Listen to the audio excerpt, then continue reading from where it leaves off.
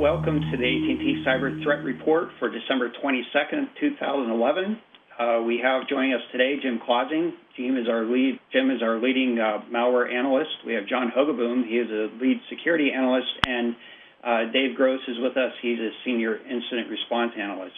I'm Brian Rexroad, and we thought we'd take a little different approach today. What we are going to do today is take a look back at 2011, and in some cases even take a little look at 2010, and reflect on some of the events that have taken place throughout the year, some of the more major events in a variety of categories, and then consider how those might influence what things could happen in 2012. So with that, we have a number of topics that we'd like to discuss with you today, and I'll go ahead and hand it over to John first. And John, how do you think we should be reflecting on 2011? Thanks, Brian. So, yeah, I'm going to talk about two particular topics that got a lot of press over this past year. One that's notably near and dear to my heart, which is advanced persistent threats. I've done a lot of work in this area this past year, and also in 2010. But I want to go over, kind of set the groundwork of what we've seen this past year. And I put some of the notable ones up. Now, this is by no means a comprehensive list, but these are some of the more notable ones that were notable to me, because either I might have investigated them for some reason, or they also got a lot of media attention. So the first one I wanted to point out here is Operation Night Dragon. And actually, before I step into it, I should mention 2010 was kind of the forefront of APT to begin with. Google made an announcement about something called Operation Aurora, to kind of get the ball rolling and people understanding that what's going on here is there are organized groups that are conducting espionage and into government agencies as well as commercial sectors, business sectors inside the United States government or in the United States. And they're really engaged in espionage work. Not so much the guys who are going in like the Sony incident where they go in, they smash and grab and get credit cards. It's more they're going in to get strategic intelligence, either about what that company is doing or how they might be interfacing with the government or types of services and products they're creating for that purpose. So there's a lot of, that's my take on what APT is. So let's go over what we've seen in this past year. So Operation Night Dragon was one that was specifically targeting the energy and oil sectors. And we were actually aware of this back in 2010. It didn't really officially get a name until 2011. Again, a lot of these use very similar tactics. They're using malware, usually spearphished into a company, to a small number of individuals in that company, and it's usually some kind of custom malware that has a remote access type of capability to allow that infected machine to phone back out. And unlike botnets, where they're just trying to get as many infected machines as possible, these guys are trying to work very under the radar. They're very specifically targeting individuals in those companies, and they only want a few people. They don't want your entire company to be infected with their software. They just want a small number, usually less than 10, where they, and sometimes only 2 or 3, where they can use those machines and get access and then work their way out from there into more machines inside the company, usually manually. So Operation Night Dragon was one that targeted energy and oil. RSA announced that they were breached sometime in March, and that was a big news item. The RSA tokens that RSA or EMC, which is a partner of them that actually puts them out, I don't know that we actually know exactly what was taken intelligence-wise from them. However, it compromised the integrity of your RSA tokens such that they deemed it necessary to replace tokens, especially for high-profile customers such as the government, et cetera. I'm going to jump ahead a little bit because Lockheed Martin was another one in July who they basically announced that they were breached because of that RSA breach. So intelligence gathered by the bad guys from the RSA breach was used to get into Lockheed Martin by using compromised token credentials. Oak Ridge is a science and research organization. They do a lot of work for Department of Energy. They announced that they were breached as well. All these guys, very similar tactics in how they were breached. The types of victims also have a very similar kind of upbringing, so to speak. So one of the next ones, AIAA. This is one that I was specifically looking at myself quite a bit. Didn't get a lot of traction, but they did get a decent number of victims. Not as much as some of the other ones, but enough that it caused some concern initially when it came out. This one was a phishing attempt where a phish email was sent to a bunch of defense contractors, specifically to defense contractors, saying, please submit a paper for the AIAA, which is I don't remember, it's for the aerospace industry, and it's a conference that they hold. So it was a phish email, looks like it came from AIAA to defense contractors who are likely to be involved with that conference, saying, please submit papers and for the conference, et cetera. If you opened that up, you got infected with a Trojan payload. And the thing that sets us apart from botnets and stuff, like we've said before, is they're specifically targeting a small number of defense contractors in the aerospace industry primarily. And what they were actually trying to get, not quite sure, but they were specifically targeting that group. Shady Rat was another one that McAfee reported back in August. We looked at this one as well. This was an interesting remote access Trojan. They have a pretty decent write-up on this one, but it uses for command and control. It buries the command and control in JPEGs and other image formats, things like that. I'm not quite sure how many victims. I didn't get a good chance to look at how many victims we actually saw from this, but this one got a lot of press. At the same time, or very near there, Dell SecureWorks put out a report, and I would recommend everybody take a look at this if they haven't, regarding HTRAN. HTRAN is a tool for kind of like back-channeling traffic. And they put a very nice report out about a particular advanced persistent threat group that's using HTRAN to facilitate their activity. So this is one that if you haven't looked at it, I highly recommend you do it, because this particular group that they were kind of highlighting is working in specifically targeting victims in those similar types of industries that we're just looking at here. The Lockheed Martin types, aerospace, defense, research. So if you're in one of those organizations, take a look at this report. You might want to do some research on that. Rounding out the year, Dooku was one that got some press a few months back in September. I don't know. I will classify this as APT, although it's a little strange, and the details aren't really very clear on this one. Some people think it's related to Stuxnet. They've since kind of reversed their decision a little bit on that. And one of the things about Dooku is not really targeting industrial control systems or have the capability to monitor, to manipulate industrial control systems like Stuxnet did. But in terms of the victims that they're infecting, in terms of the victims that they're infecting, it was in the manufacturing and types industries. So the same types of victims, but not necessarily same capabilities. So that's what I wanted to say about that. I don't know if anybody had any thoughts to chime in on that. Yeah, so John, I have a few questions here too. One is, do you think the industry has really gotten the message about APT and the sort of the ramifications of APT? I don't. So one of the things, in my opinion, is that I don't know that the industry. Some are very aware of what's going on, and then some are completely in the dark. I know law enforcement and government is aware of it. I personally don't think that they're doing enough to either spread awareness to other, actors in the industry to let them know that this stuff is going on, or doing anything to help.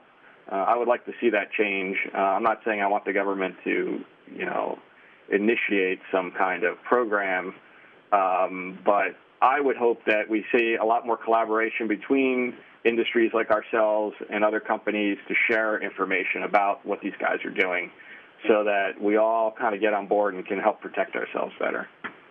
And I agree with you thoroughly. I think those are pertinent points. And I guess another sort of question here is how sophisticated are these at this point?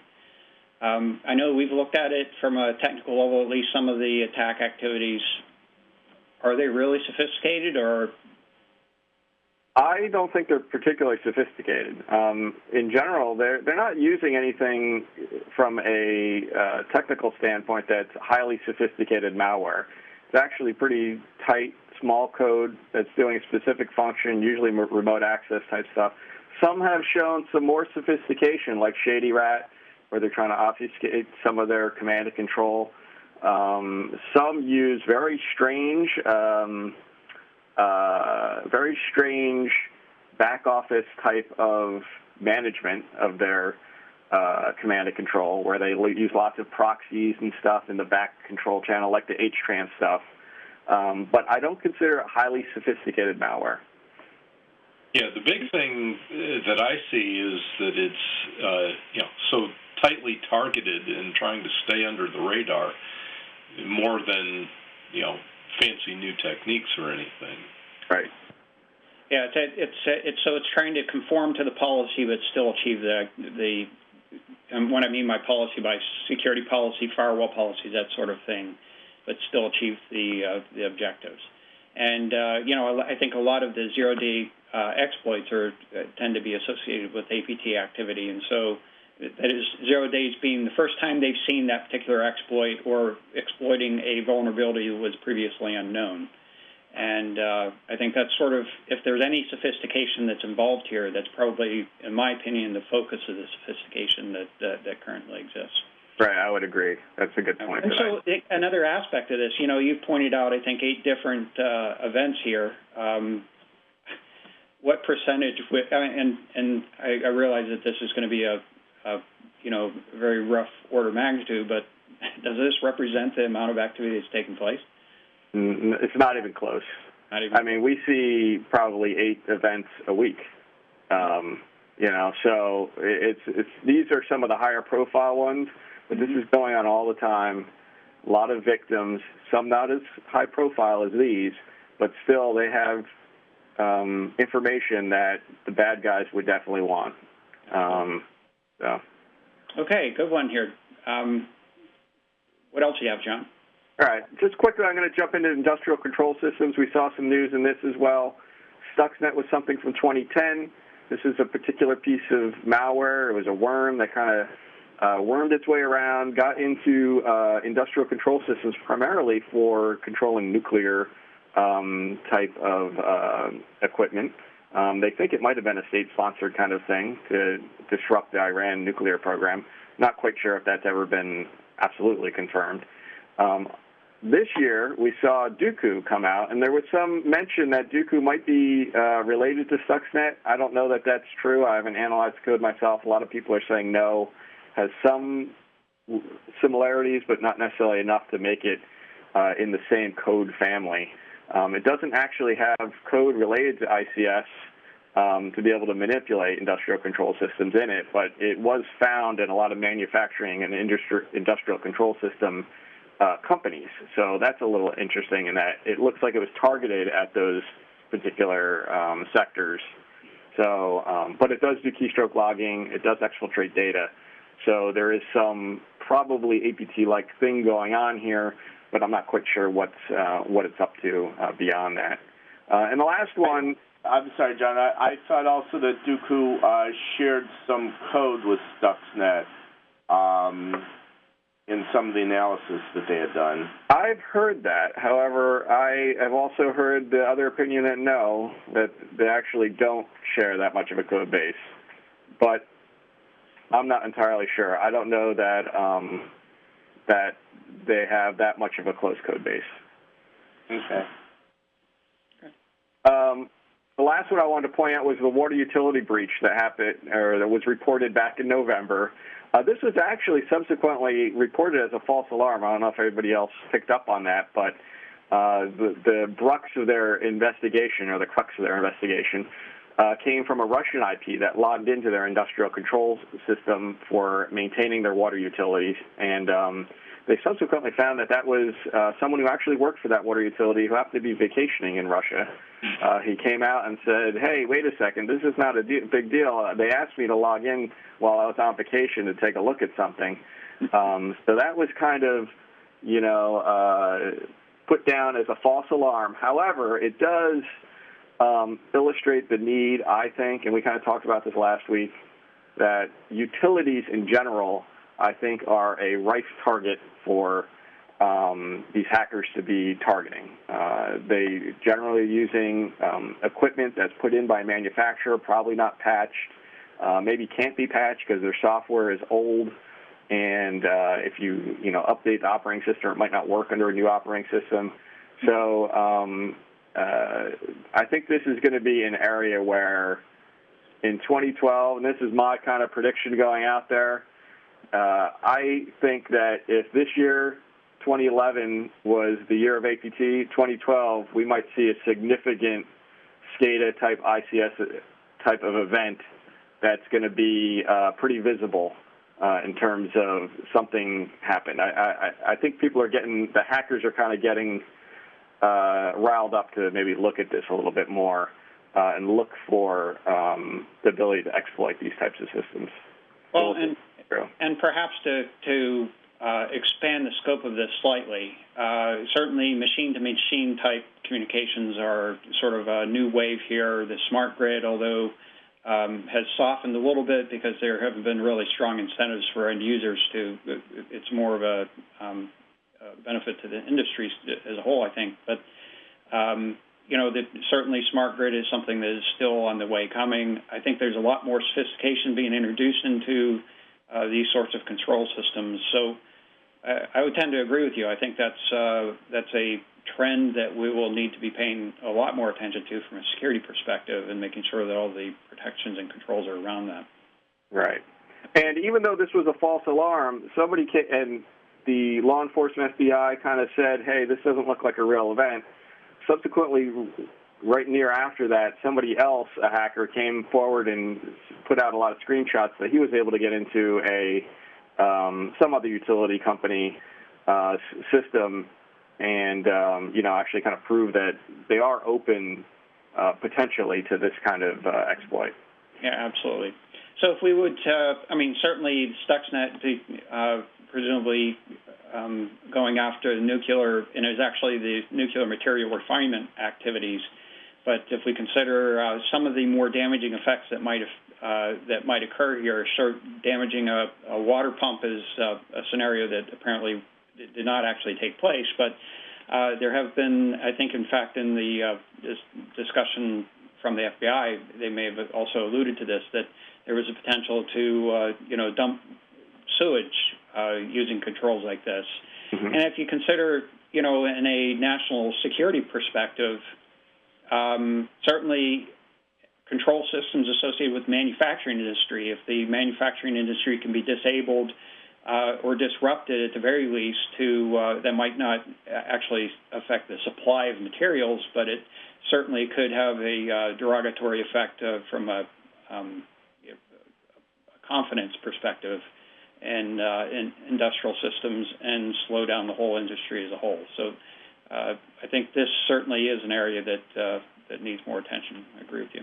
And damage in these areas could take a long time to repair and restore service. I mean, you're talking about large systems that have been built over years, and so getting those capabilities back is not exactly easy.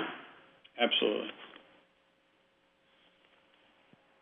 All right, very good. Thank you, John. And next year, what we'd like to do is pass the baton to Jim, and let's talk a little bit about some of your observations, Jim. Thanks, Brian. the two primary ones, I've talked about them quite a bit in these webcasts during the course of the year. The first one is that this has been a year that we've seen a lot of growth in the mobile malware, especially targeting the Androids. Juniper had this story up just a couple weeks ago about the rise, talking about 472% increases in the 3 months or something like that prior to this report. And in July, they were talking about a 200 or 300% increase over the course of the first 6 months of the year. So one of the big trends that we've seen this year is a lot of malware, especially targeting the Android devices, just because that's the most open of the mobile devices. But we've also seen a little bit of interest in attacking the iPhones, in attacking other mobile devices, the Windows phones, and that kind of thing. So that's been a big trend this year that I see continuing, and we'll talk more about that when we get into the predictions a little bit later. A second trend that we've seen this year is going after encryption. Particularly, we've seen a couple of attacks this year going after the SSL protocol itself that is used for encrypting web traffic. And we've seen attacks against certificate authorities where the bad guys have been able to generate fake certificates for other entities and have been able to then launch man-in-the-middle attacks or pretend to be other entities in order to steal information, personal data or banking-type financial data. And, I see these trends, and we'll talk about that a little more when we get into the prediction part, but I see these as trends that are going to continue. The criminals are going where the money is, and if the money is going to be in the banking and they're trying to encrypt that, then we're going to see the bad guys going after the encryption so they can get at the money. So Jim, I think some folks have sort of proposed that SSL is fundamentally flawed and that it needs to be replaced with some type of an alternative solution. Would you agree with that? I think that we have a problem with way too many CAs right now. And so that, I think, is the biggest issue with SSL these days, is there are so many certificate authorities that are trusted by too many folks that, you hack into one, out in Ukraine, and you can generate certificates that pretend to be, Google, and, that, I think, is an issue. There may be some underlying problems with the SSL protocol itself, but I'm not sure that we've got anything that's much better other than we've got to do something about the hundreds of CAs out there. Mm-hmm. Well, and I think in particular the protocol itself, sort of my experience has been that if you try to propose a replacement for a flawed protocol, and it's my understanding it's not the protocol fundamentally that's flawed, it's that there have been, let's say, oversights in the implementation of it. And then in the context of doing that, generally speaking, if you define something new, there are new sets of oversights and flaws that need to be ultimately repaired as well. Yeah, it's the whole thing about encryption and cryptography in general is hard, and anybody who tries to invent some new cryptographic algorithm, don't trust it until it's had a chance to be reviewed and basically leave it to the experts, the mathematicians that understand that stuff, because it's really hard to do right and to do well. And so that's the biggest thing with trying to come up with some sort of a replacement for SSL is it's not easy to do, and how many new holes are going to be introduced in the process of trying to come up with a replacement.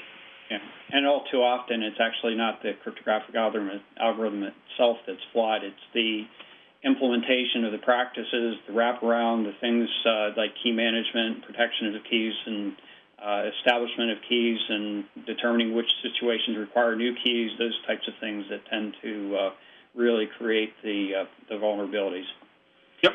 And, like I said, the issue with the CAs, there are good certificate authorities out there, but how many of them really do their due diligence in checking out that the folks requesting it are really who they say they are? And all it takes is a couple people who will give anybody a certificate for the right amount of money. Yep. And So thank you, Jim. So those are the good points to set up for discussion as well. Next, I have a couple of items that I'd like to share with our listeners here. One is that it's along the lines of what I'll call generically legal actions, and there have been a few types of activities that have taken place this year. I'm showing actually two examples of botnet takedown activities that have taken place. I'm calling them legal actions here. One actually involves some arrests. Another one actually was initiated by Microsoft. So first one, takedown of the Rustock botnet. Microsoft filed a complaint, took the legal action, got order to take over, a court order to take over some domain names, I believe it is, that were associated with the command and control of the Rustock botnet. Was able to take that out of service and had an impact on the amount of spam that was being distributed. Similarly, there was a core flood botnet that was taken down, this one with some cooperation, actually initiation through the FBI. So those are two examples where legal actions were used to take down botnets. A more recent activity, FBI initiated Operation Ghostclick. This was actually to take out an operation associated with fraudulent advertising activities that was associated with using DNS changer malware, that is malware that would actually change how affected users' computers would resolve domain names. And then last but not least, there were a number of arrests. In fact, in the previous one, there were some arrests associated with that. In this one as well, some arrests associated with hacktivism activity. In this particular case, the LulzSec group that were basically stealing information, posting that information, making it public, and an investigation was able to identify some of the perpetrators behind that, or at least allegedly, and make some arrests associated with these. So I think the collective story around this is that there are more activities in the legal sense that are taking place. Certainly, I think this is a significant more, and there are other cases as well, but significantly more effective and more cases that legal action is taking place. I think John alluded to this sort of the same thing associated with APT activity, looking for more. I think we should be looking for more activity as well, and this is an encouraging trend. I think that more legal action is taking place. I don't know, do others have thoughts on this? Well, it seems to me that some of the early tactics that you were talking about in some of the earlier examples is a little bit different approach than law enforcement has taken in the past. Because in the past, it seems like they've tried to trace back to the originating individuals and go after the individuals, seize the equipment at the individual site and stuff like that. And now it looks like in a couple of these cases at least, they're going after the main control system of the overall botnet. So it looks like their tactics are a little bit different and possibly more effective in shutting down the whole thing as opposed to getting pieces of the operation. I think that's a good point, Dave. That is, in some of these cases, you may not get the opportunity to actually make arrests, or maybe not be able to arrest the whole group associated with it, but at least to be able to disrupt the activity. And I think, in essence, the important part here is to send a clear message that this type of activity isn't going to continue to be tolerated, and it does provide somewhat of a deterrent to future activity in this sense. Yep. Yeah, very good point. So the next one that I'd like to share with you here is, I think, similar to what Jim was talking about. There have been a number of attacks against certification authorities and that are issuing certificates for SSL. There have also been some other types of attacks against other portions of the Internet infrastructure, in particular here, DNS attacks. And I have a few examples here. One is where some Turkish hackers were able to attack a DNS service provider, and in the course of doing that, basically redirect some organizations' websites to basically a message website that basically declared it as World Hackers Day. This affected a couple of media sources. Another example was GoDaddy was hacked into. GoDaddy, again, being a DNS service provider. And in this case, again, redirecting sites. In this particular case, what they were doing is using that to deploy malicious code onto computers. And another similar example, this is a case where there was actually an insider and an ISP that was redirecting, manipulating the DNS services that the ISP was providing. This was actually in Brazil, and redirecting those users to that were trying to access banking websites, and again deploying malicious code onto those victims' computers. They thought they were visiting a trusted site. Consequently, what they were doing is getting malware and using that to basically perform bank fraud against these victims. And then again, last but not least, I had already mentioned this Operation GhostClick, but this is a case where malware on the end user's computers was being deployed through a variety of forms, perhaps a spamming operation, for example, and causing the end user's computer to point to a rogue DNS servers, and then being used to perform fraudulent advertising activities. So I think this is, again, another example similar to the certificate authority situation where portions of the Internet infrastructure that we depend on for security have some weaknesses associated with them. Now, one of the solutions that has been proposed related to these DNS attacks is DNSSEC, and unfortunately, I don't think DNSSEC really addresses the issues for any of these types of attacks where the DNS registry authorities or providers are being attacked, or the ISPs are being attacked, or even the end users being attacked. These aren't fundamentally problems with the DNS protocol. These are problems with the end systems. And so, my prediction, sort of similar with the case with what Jim was talking about, is I think we're going to see basically the industry forced into putting together, and it's not exactly clear where these are going to emanate from, but stronger security requirements for the operation of services that we depend on for security. So we'll see how that goes as we go further on here. Any comments from the group here?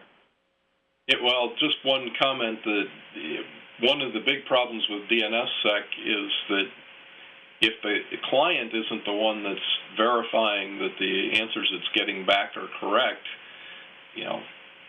then I'm not sure that we've really improved on anything, but most of the existing client software doesn't validate those signatures anyway. They're kind of depending on their recursive DNS server to validate those and toss out the invalid results. But ultimately the one who's doing the lookup and who's actually going out to, browse to that site or whatever is the one that needs to make sure they've got the right answer. And if the DNSSEC isn't all the way down to the client, are we really accomplishing anything? Absolutely. So the debate about DNSSEC is a whole separate item, but I think just to sort of summarize your point, there are complexities with SSL in the sense that one of the primary functions that's used to victimize somebody into a phishing attack is for them to overlook the fact that they aren't accessing a secure website, that is one that's been validated to be the site that they had intended to visit. And similarly speaking, unless the end client, first of all, is not compromised, and secondly, actually has a validated signature associated with it, there's still the end user interface issue. That is, does the user really recognize that it has been validated? And so there are lots of complexities associated with that.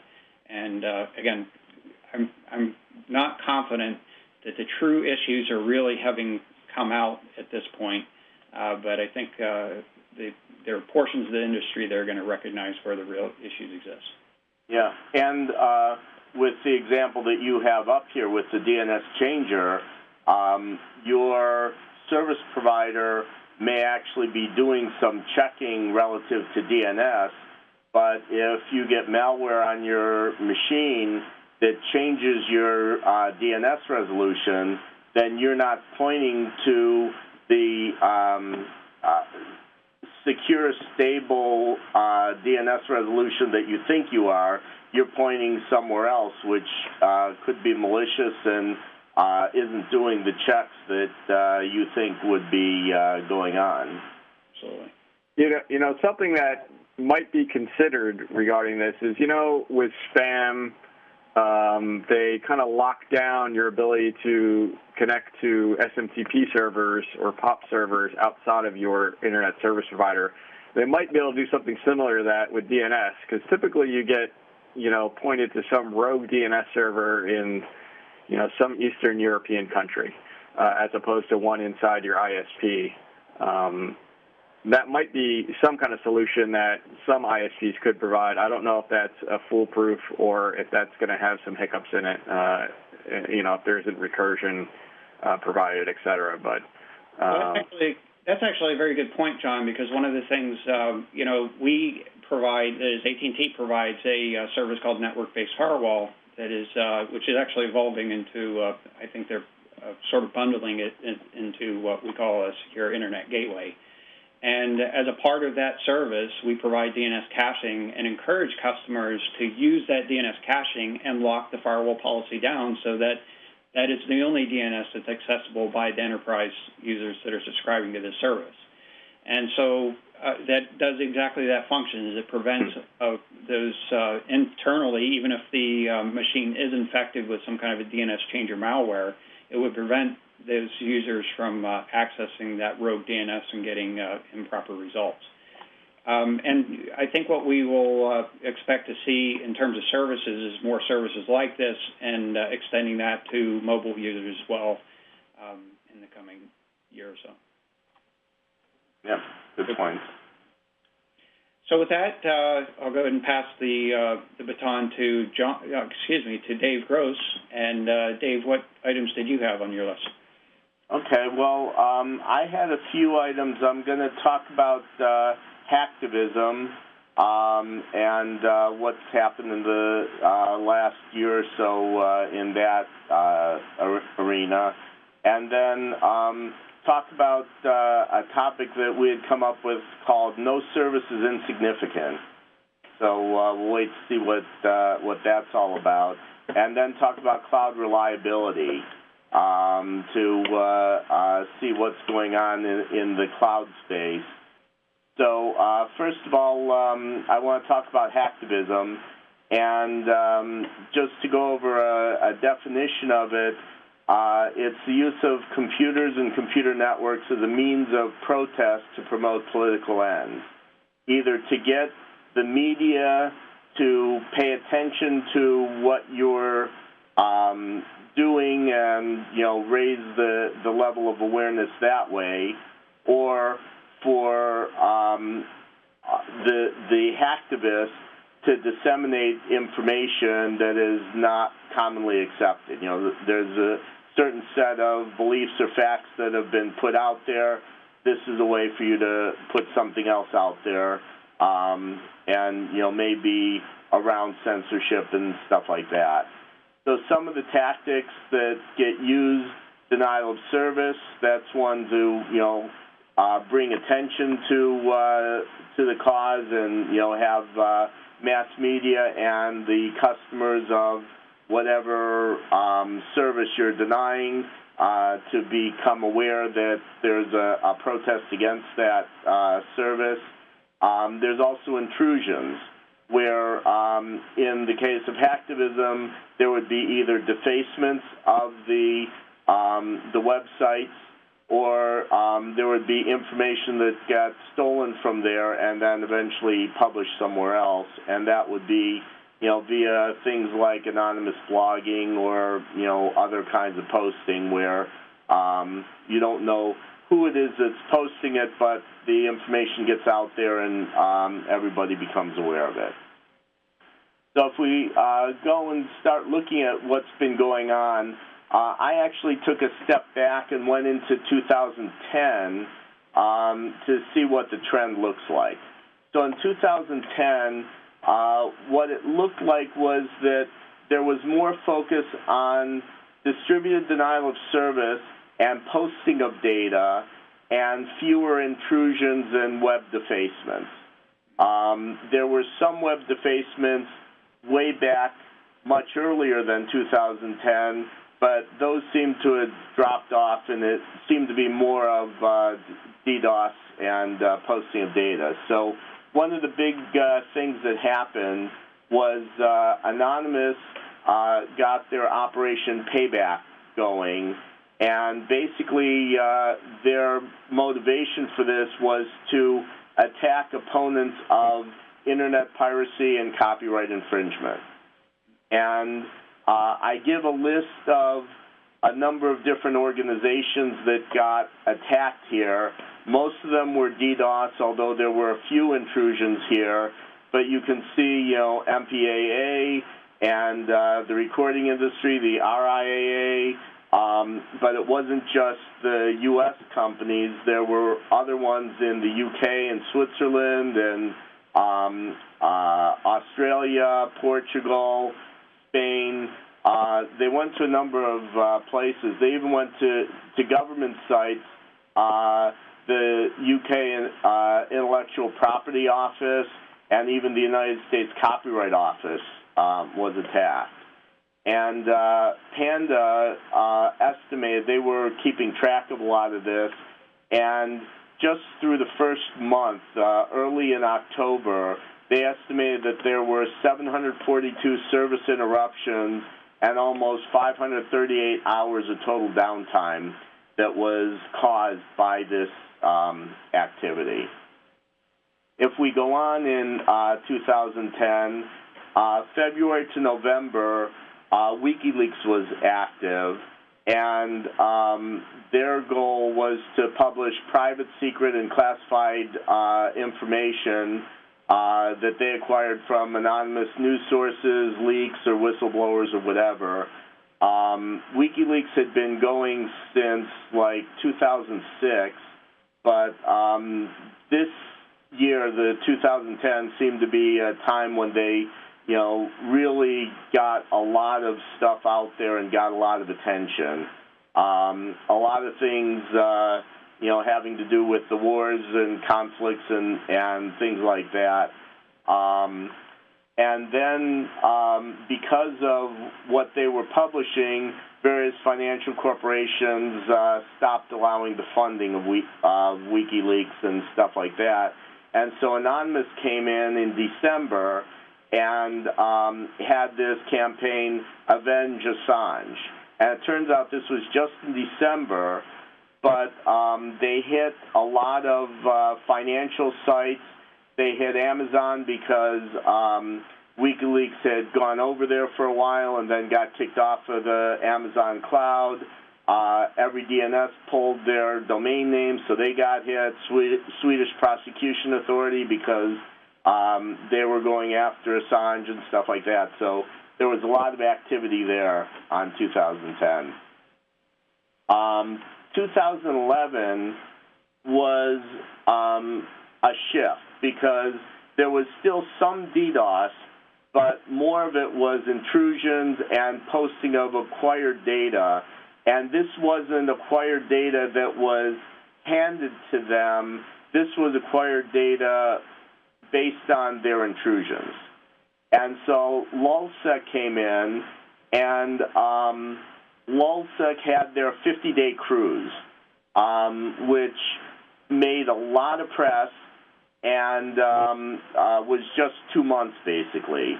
But you can see that they attacked a number of different organizations, government organizations, law enforcement, CIA and so on. They published a lot of stuff, logs of ATMs, proprietary information from corporations, and a lot of usernames and passwords. Almost more than 750,000 usernames and passwords. And the issue there is they got those logins and passwords, but people use the same logins and passwords on multiple sites. So when they're publishing these, other hackers start trying these on some other sites, and they manage to get into those other sites. Continuing on 2011, LulzSec and Anonymous joined together for Operation Anti-Sec, which was basically going against government, law enforcement, and large industries. And you can see here they attacked many different organizations, a lot of different law enforcement, a lot of different contractors and other organizations around the world. This wasn't just a U.S.-based, or, in some cases we've seen U.S. and U.K.-based and stuff like that. This was really around the world here. They published a lot of private information of law enforcement and government officials, including Social Security numbers and credit card numbers. They published law enforcement documents, published backdoors into things like Arizona police servers, again, published email accounts and passwords, and a lot of times the email account is what gets used as the identifier, and then use the password to authenticate there. And private and banking information of over 96,000 people around the world. This is continuing. LulzSec in Portugal attacked some places too. And I had recently heard that they're threatening to potentially disrupt the Iowa caucus coming up for the presidential elections, coming up in the next couple months or so, to get in the way there.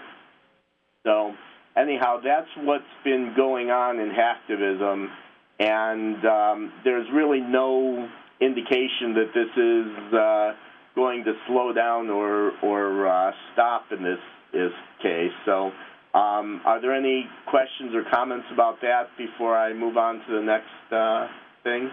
Well, Dave, I think it's interesting that the trend has gone from DDoS attacks to more intrusions and exposing data. And I think in either case, well, first, I think they were trying to make the argument that DDoS attacks were just basically a demonstration and did not, weren't really a crime. I think that's, I don't know if they've been convinced that that's the case or not. I don't know. What do you think? What is the motivation for the change? I think that the motivation for the change is that the DDoS attacks are very temporary. I think that, they make their point and then they move on, and then people tend to forget about it. Whereas what they claim to be doing here in some of these intrusions is pointing out that there's still lack security in a lot of cases. There's still vulnerabilities that can be taken advantage of. A lot of these intrusions are based on the SQL injection. And, I don't know when we're going to be able to put an end to that, but that seems to still be available out there and, going strong, and they're able to get through that. And so, there still are these vulnerabilities that they're demonstrating are problems. Yeah, a couple of other things perhaps is I think a DDoS attack, at least originally the way they were being conducted was that it was sort of a crowdsourcing activity. The intent was to get participants to voluntarily include themselves in the denial of service attack activity. I think that backfired a little bit because the FBI subsequently went out to identify the sources of that attack activity and started making arrests. So that became some of a deterrent to participating. I think the other aspect of this as well is that an intrusion only takes one actor, or perhaps a couple or a few that are helping to plan it, as opposed to certainly if you're using a crowdsourcing activity. There may not be all that many folks that are interested in advocating the message that's behind, or the cause that's behind this, and inability to really gather up a significant enough crowd to make a denial of service attack effective. Right, and you can have a lot more intrusions than you can have DDoSes because you can have independent small groups working in parallel at different targets. Absolutely. The other aspect of this, and I think you mentioned it sort of here and there, but is the real message that's behind these attack activities really coming out, or is it just, as you said, it creates media attention, but it seems like all the media attention that comes out is the fact that a crime had occurred and it damages an organization. Does that really help their cause? I'm not sure. I mean, they continue to do it, so they feel that eventually it's going to work, I guess. Yeah, honestly, I'm aware of a number of these events, and for most of them, I don't recall what the message behind it really was. So. Yeah, I would say back in the DDoS days, when they were doing, denial of service attacks, taking out the recording industries, things like that, there was some message behind what they were trying to say there. They were against the fact that people were copywriting material and it couldn't be freely distributed, et cetera. The LULSEC shows a lot of sophistication, whereas DDoS is not a particularly sophisticated activity. LULSEC is showing more sophistication in what they can do, but I don't really understand the message either, other than they're pointing out that there's weaknesses in security, in a lot of these high-profile types of targets. Mm-hmm. So it's interesting. I guess we'll see what happens in the future here. I hope it's not a trend that's going to continue, but I thought it was LULSEC's activity I thought was particularly interesting, even though I didn't really understand the message entirely. Mm-hmm. I agree, and I think I would tend to agree as well that the industry message that I've seen is that they're at least recognizing that there are security issues that they have to pay attention to, and are responding to that. Whether it be through DDoS protection or doing a better job at protecting their website, that sort of thing. But the underlying, if there is a political message behind a lot of this hacktivism. Very good. What's your opinion here on the cloud services? Well, actually, I was going to go to the no services insignificant, a little prelude before we go to the cloud services. And this we talked about a little bit with these intrusions here, that intrusions into various sites provided a number of things, and even, going into some of these gaming sites, let's say. Some of these gaming sites have provided email information, passwords, home addresses, dates of birth, not necessarily Social Security number, but in some cases they could have fraud information. And so, the idea here is that this information, if it can be used against you for things like social engineering or for spam or just if they can get your credentials in one place, they can use it against you somewhere else. So you just have to make sure that you're wary of what information you're giving to these sites and do they really need this information, and not to use this stuff, the same credentials, multiple places. Absolutely. So now I'm going to go on to the cloud services, unless somebody has a comment about that. Well, I was a little annoyed just the other day because I was registering a piece of software and they required me to enter my birth date. And I couldn't imagine why registering a piece of software had anything to do with my birth date. But that's just a personal pet peeve. We can move on. Right. And at some point, they need to take responsibility for securing that. And if they don't, then they should have some liability associated with that because they're requiring you to do that. But as you said, there's no real reason for them to do that. Mm-hmm. All right.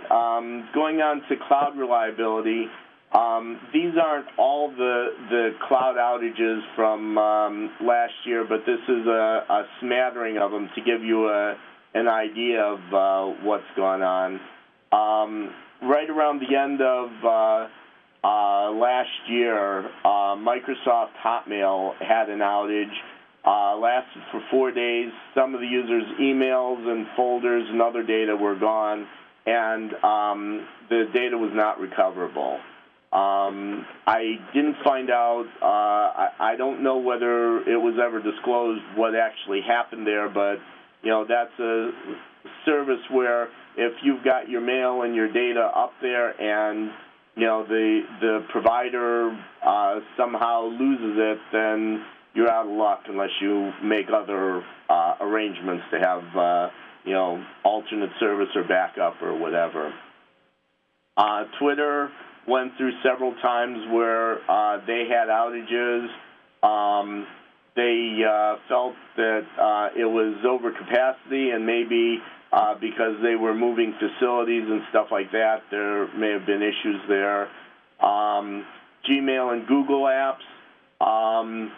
There was a software update that they did that had a bug that caused login errors and empty mailboxes. And similar to the Microsoft Hotmail thing, users had data that was missing. In Google's case, they had tape backups, and they were able to go back to tape backups to recover. But in the meantime, they were out for a couple of days while they were trying to recover. And I don't know whether all users came back after a couple days, or some of the ones they were trying to restore may have taken longer than that. Netflix was out for 4 to 8 hours, and the only thing that they told us about was it was a rare technical issue. And that's another thing that you don't know how transparent some of these companies are in terms of what's happening, what's going on behind the scenes and stuff like that. Going on into it, during tax time, they had a scheduled maintenance that made a change to network configuration and knocked them out for 2 to 5 days. And so, this is during their busy season, and, people really need to get their taxes done and so on. And so this is something that, in school you could say the dog ate your homework. In this case, the web blocked you from doing your taxes or something like that, but, you still have a problem there. Amazon Web Services had an outage in April for 4 days, and what they said was that the block storage and Ashburn became stuck, and any instances that tried to use them would get stuck too, and it caused a big problem until they were able to unwind that. Sunny PlayStation, we had talked about this a little bit. They had an outage because of an unauthorized intrusion, compromised a huge number of user accounts, and they were out for 25 days. And that was one where they took the service out to avoid further intrusion and waited until they could build the service back up more securely than they had it in the past. More recently, Microsoft Cloud had a 3-hour outage in September, and it's suspected that some DNS issue triggered a service dashboard issue outage. So those are the things that I saw in terms of cloud reliability. And you can see there's a lot more things now, a lot more services and stuff that are going into the cloud that, we rely almost exclusively to have the data, have the service and everything, and anything can happen. You could lose your connectivity, the service could be down, there could be a security incident there. There's a number of different things that could cause a problem, and so you need to have some sort of a plan to have either an alternate provider, another way, backup of your data, so that one outage in one cloud provider doesn't, avoid your ability to continue working. That's an interesting point, Dave. I think the notion of having an alternate provider is one that sort of lends itself to the need for some standards. That is, generally speaking, I think various cloud providers today perhaps are, recognizing the need to have some standard interfaces or APIs that you can work with so that you can use alternate providers, but at the same time are a little reluctant to embrace those because some of their proprietary features are their competitive advantage. So one observation, at least from my point, that is, there needs to be perhaps more pressure toward standards to allow for the alternate provider. I think in general, this whole notion, kind of the theme that I see underlying here is this notion of putting all your eggs in one basket. That is, if you really only have one basket of eggs, you better protect that basket pretty darn well. And just a subtle flaw can actually have, a very much more broad effect as opposed to the case of, having individual servers and individual services on those servers that are perhaps configured differently or independently operated. Right, and you don't necessarily have to completely duplicate everything that you're doing in one provider to the other. I mean, you just need the essential services that you need at the moment to keep you going, keep you in business or whatever until your provider gets back into service. Absolutely. So better understanding where your critical touch points are in terms of business operations, that sort of thing, that, where you really are relying on services and making sure that you have the proper reliability set up in place. Right. And data reliability, too. Good observations there. Thank you, Dave.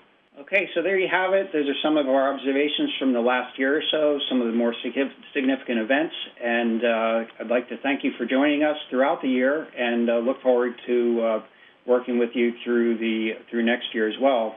What we'll do is next week come back and talk a little bit about our predictions for 2012 and build upon what we've just talked about. And as a reminder, if you have your own topics to reflect on from the last year or perhaps your predictions for 2012, please share those with us.